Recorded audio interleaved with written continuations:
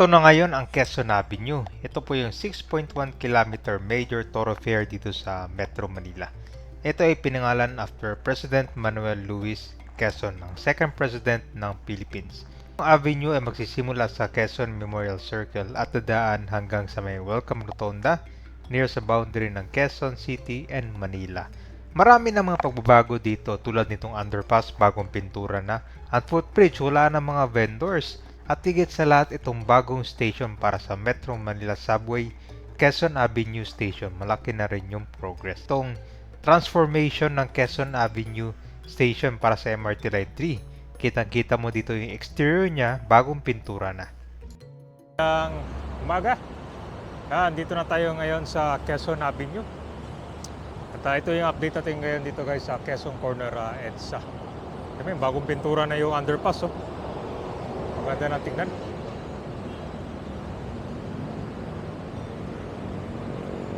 So update muna natin itong ginagawang Metro Manila Subway Station. Dito lang yan sa EDSA Corner Quezon Avenue. Yun o. Ito yung future station sa may Quezon Avenue. Ay, malaki na rin pala yung progress. Oh.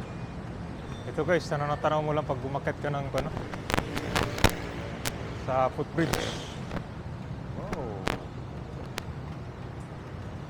Laki na rin pala, no?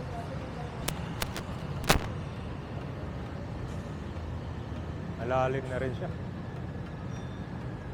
So ito, papuntahan ko na yan sa SM North.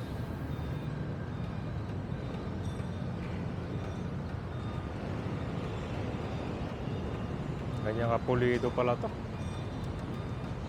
So, malapit lang sa may Vertis North. Ito sa may intersection. Yan naman yan dyan, no? Meron na rin siyang mga bench. Ano yung makarating dyan, ha? Mandaanan, eh.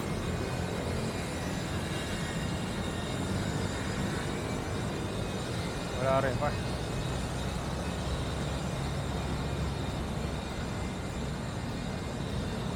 Lakad muna tayo sa bangketa dito guys sa may EDSA. Wala na rin mga vendors dito. Marami na rin mga CCTV, oh. Para yun sa mga torongges dito na mapansamantala. Na-repair na rin pala itong flyover dito.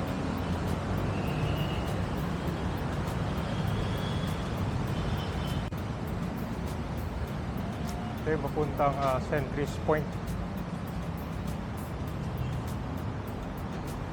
Sa Quezon Avenue interchange sa project. So, may babaan dito. Wala palang babaan dito, no? Paano kayo makarating dyan sa walang footbridge ito babaan, eh.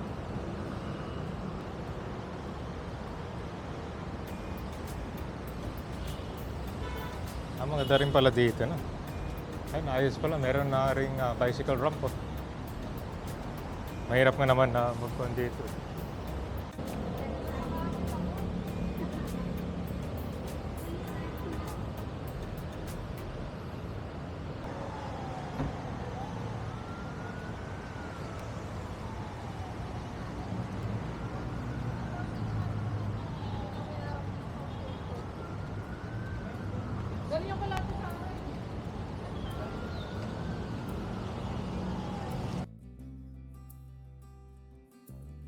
Napakaganda na ng sidewalk dito.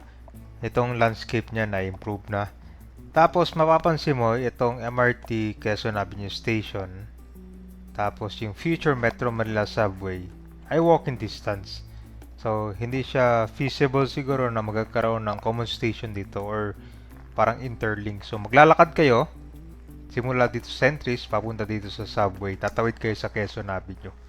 Pero kung ano naman, walking distance na naman siguro, magkakaroon pa ng mga additional footbridge dito para mas mabilis, no? So, napakaganda na. Dati, puro basura to, eh. In-improve talaga nila itong sidewalk, no? Dito sa may area ng Sentries, corner Quezon Avenue.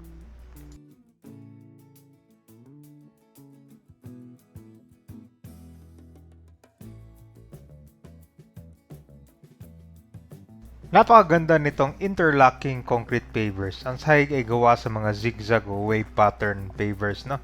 Mainam ito dahil mas matibay ito sa bigat ng mga foot traffic, sa madali ang paklasin at ibalik kung may kailangang ayusin. Napakaganda dito, no? May mga safety bollards.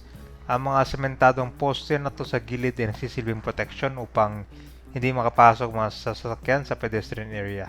Lalo't malapit ito sa kalsada. So maganda na rin tignan itong Quezon Avenue flyover. Nagkaroon na rin ng rehabilitation yan para mas in-improve, no?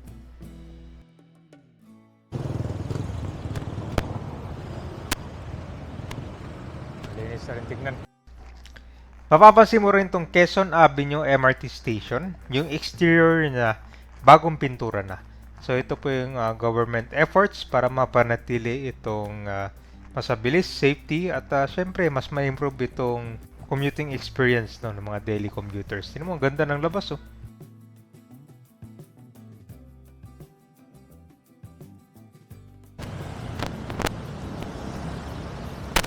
Medyo lumiit lang yung bangketa dito, no? Ano nangyari dito? Lagyan kasi ng harang, oh.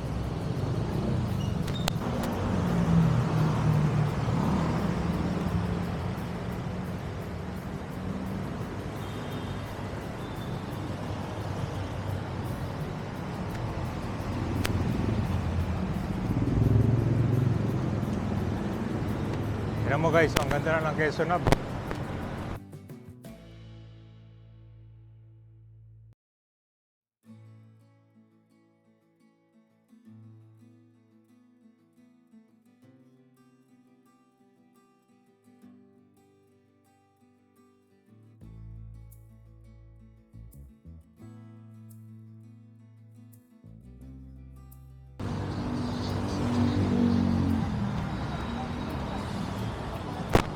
Wala kayo dito, no?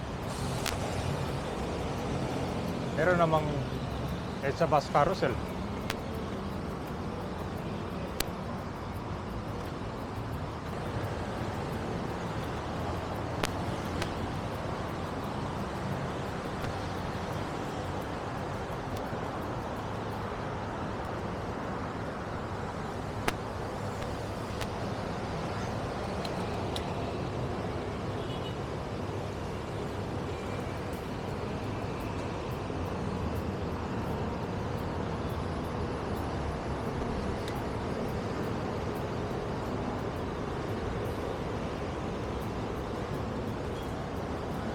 So dito malapit sa Quezon Avenue MRT Station, yung footbridge nila wala siyang elevator or escalator.